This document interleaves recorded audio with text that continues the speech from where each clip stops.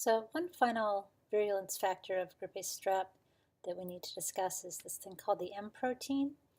These are surface proteins, and here's a transmission electromicrograph of cells of strep pyogenes, and the M protein fibrils are visible here, again on the cell surface. Now these have the presence of these can result in two important consequences.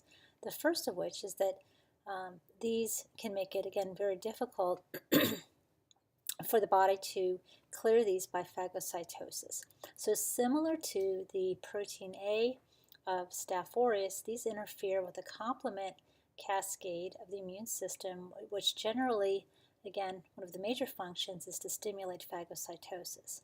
So both the protein A and M protein fibrils short-circuit that process and therefore help protect the cells from clearance by the immune system. But the second consequence is the fact that these M proteins, for whatever reason, are structurally similar to certain proteins in the human heart and joints.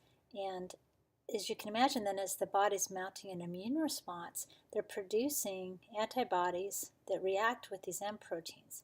The problem then that arises is that there's a certain amount of cross-reactivity with the corresponding heart and joint proteins. And this can result in an inflammatory disease known as rheumatic fever. A potential complication to this is damage to the heart, and therefore it's very important that infections of group A strep are treated quickly with antibiotics. So most of the time, if a child is seen with strep throat, strep pharyngitis, they generally are prescribed penicillin, which is still effective against most strep to help clear that infection before it can develop into something more complicated. Other types of infections by group A strep can include cellulitis, which is an inflammation of the dermis. Remember, this is the dermal layer underlies the epidermis. These skin infections are typically, again, restricted to this layer, although they may progress into more serious invasions. The term necrotizing fasciitis refers to invasion of connective tissues, these are the fascia, and muscles by what are commonly referred to as flesh-eating bacteria. Now, sometimes these are monomicrobial infections, that is involving only one species, either group A strep or sometimes Staph aureus, the more common specific strain being the MRSA, the methicillin-resistant strains of Staph aureus. Most cases, though, are polymicrobial, so have more than one cause, and more often than not, the host is compromised in some way. I pulled this off the web because it was really kind of fascinating. This woman, Cassie Moore, had been camping with her family, and she was kind of roughhousing with her kids, developed a bruise on her side, and then sometime within the next day or so, then acquired group A strep through a cut in her hand. So the bacteria entered her body and then traveled through her bloodstream, and the site of the abdominal bruising became a focal point of the infection. And she almost died from this case of necrotizing fasciitis. She survived, though, but with the loss of her hands and her feet.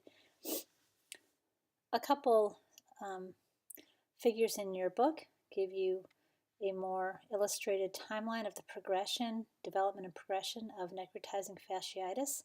In this case, and starting with entry somehow of strep pyogenes into the person, typically through a break in the skin. This case here spreading along the muscle fascia or connective tissue. Again, strep pyogenes, like Staph aureus, makes lots of these different types of enzymes and toxins that allow the bacterium to spread and invade deeper tissues, including the streptokinases that allow them to escape from blood clots, enzymes that break down the connections between cells, and DNases. These M proteins we just discussed helps them not only to attach to the cells, to host cells, but then evade phagocytosis, again the basis for complications such as rheumatic fever as well. And then other toxins produced by strep pyogenes can further damage the host tissue. Streptolysin S kills many types of host cells, including neutrophils that would attempt to engulf them, as well as erythrocytes. And then this exotoxin A, I mentioned, was a super antigen, and super antigens cause problems by stimulating an overactive immune response that further damages healthy tissues. So one kind of hallmark of this type of flesh-eating disease is really the rate at which it progresses.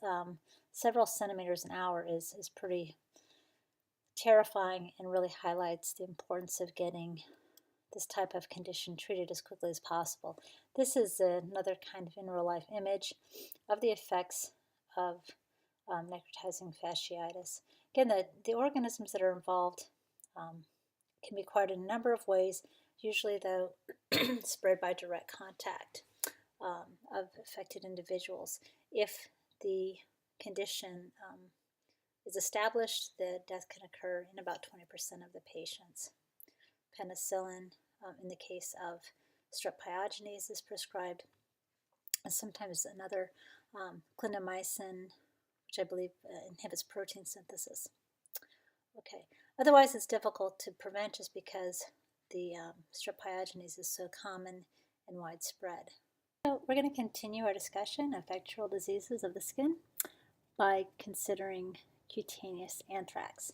Now this sounds pretty scary, but in fact it's much less serious than inhalation anthrax, and this is caused, however, by another gram-positive organism in the phylum Firmicutes, in this case Bacillus anthracis. In contrast to staph and strep, these have a characteristic rod shape, which makes them very easy to distinguish under a microscope. And it's the endospores, which are acquired usually through a cut or an abrasion, and then once within the skin, germinate, forming the toxins, as well as a capsule that helps the bacterium evade phagocytosis, allow them to multiply and produce these lesions. And these are diagnostic and would pretty rapidly send anybody running to see their physician. Fortunately, this is treatable by antibiotics, but untreated has a mortality rate of about 20%. So in areas where anthrax is endemic or where people are, vaccination of livestock is one approach, but again, most often this occurs in people handling either animals or animal products such as wool and hides. So gas gangrene is caused by another gram-positive rod, this time in the genus Clostridium. Like Bacillus, these are endospore formers, and it's the endospores which, in the case of some sort of injury, find their way into the wounds and then thereafter germinate in the anaerobic conditions, producing large amounts of gas, mostly hydrogen and carbon dioxide, which can be felt then, and in some cases observed in extreme circumstances. So the rapid tissue necrosis that occurs as a result of these 11 toxins causes advancing tissue death and necrosis. Another interesting thing about the Clostridium perfringens, the main organism involved in gas gangrene, is the extremely rapid generation time in the disease process is little as 12 minutes.